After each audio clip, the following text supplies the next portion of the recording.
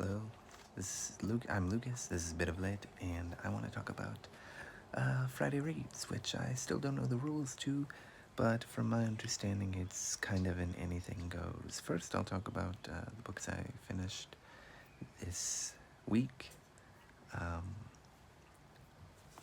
starting with Ursula K. Le Guin's The Word for World is Forest, which is an incredible colonial, militaristic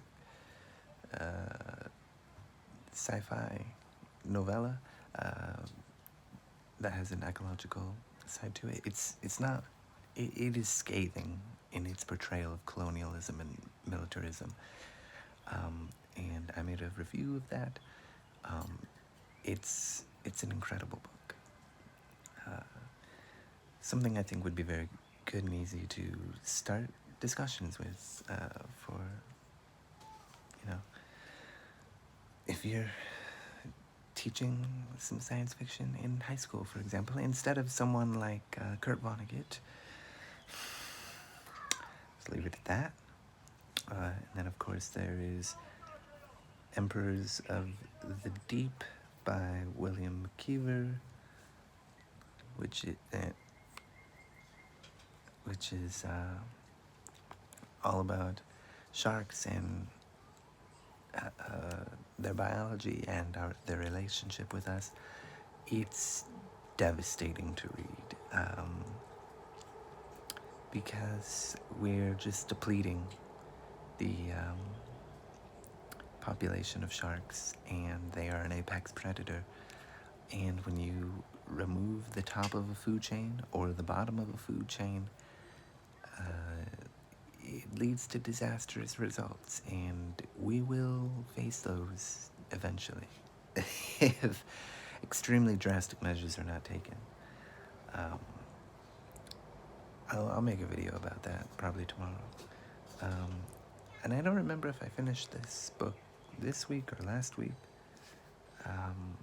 but there's also, I read Death at SeaWorld, Shamu and the Dark Side of Killer Whales in Captivity by David Kirby, which there's a really famous documentary called Blackfish about this subject matter. Again, devastating. It's heartbreaking. I feel horrible for the killer whales. I feel bad for the families of the deceased that are mentioned in this. I don't feel bad at all for SeaWorld.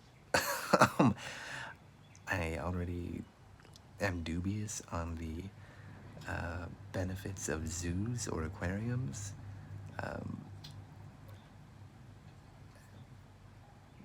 And it's an amazing book to read. It really, it just shows all kinds of horrible things that are worth discussing and learning about and talking about. And it gave me an appreciation for animals, actually. That and Emperors of the Deep, especially aquatic animals, as that is what orcas are and what sharks are. Again, apex predators, orcas, and they're not hunted much as far as I know. Maybe Japan or Norway do some whaling still, I don't know.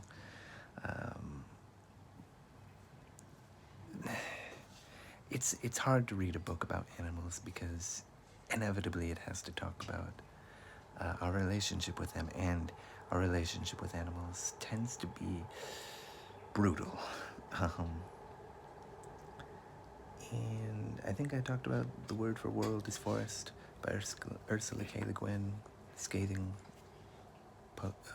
book about colonialism and militarism. But in case I didn't, this is the cover again. Great book.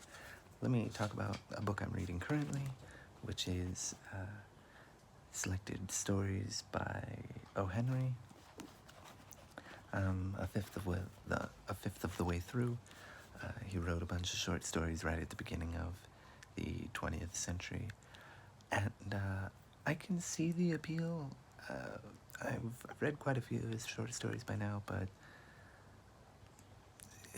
it's not doing a whole lot for me. I like there are stories that start off strong for me, and then like somewhere in the middle, I just kind of they fizzle out for me, and then the end is supposed to, the famous O. Henry twist. It's just not doing a lot for me, but I'm engaged enough to keep reading. I read a couple stories a day, just because too much will drive me crazy. And for work, actually, now that I'm working again, I have a little bit of an assignment for my training, because I've started working for this sort of library that teaches English literacy to Chinese kids.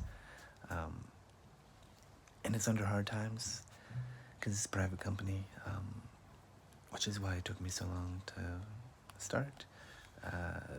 They're confident that we can keep moving forward and hopefully get past all this, but unfortunately that means my pay is going to be not pretty, but I don't know.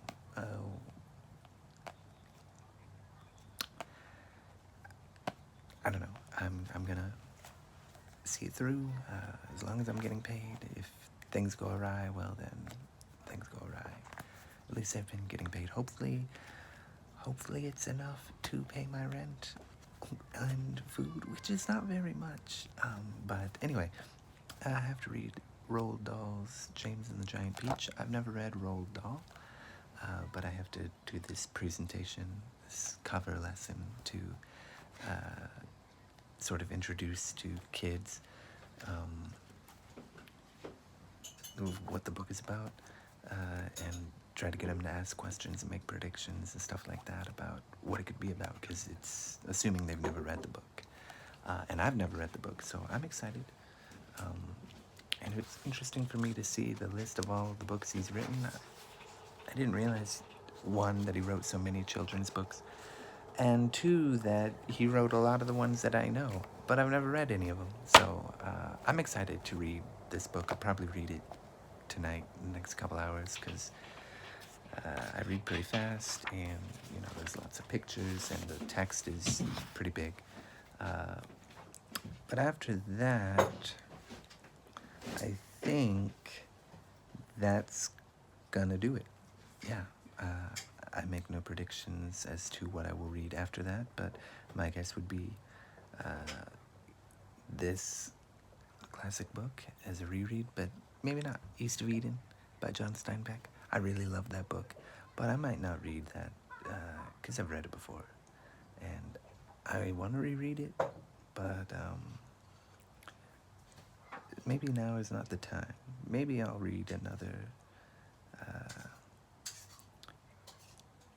I don't know, maybe I'll read another Star Wars Expanded Universe, Darth Plagueis by James Luceno. I enjoyed his other one on Grand Moff Tarkin, or it's called Tarkin, but I don't know. We will see, but I'm going to read this now. I'm very excited for James and the Giant Peach. I don't know if it's good. It must be, because it's still in print, but yeah, I don't know. Anyway, have a good one.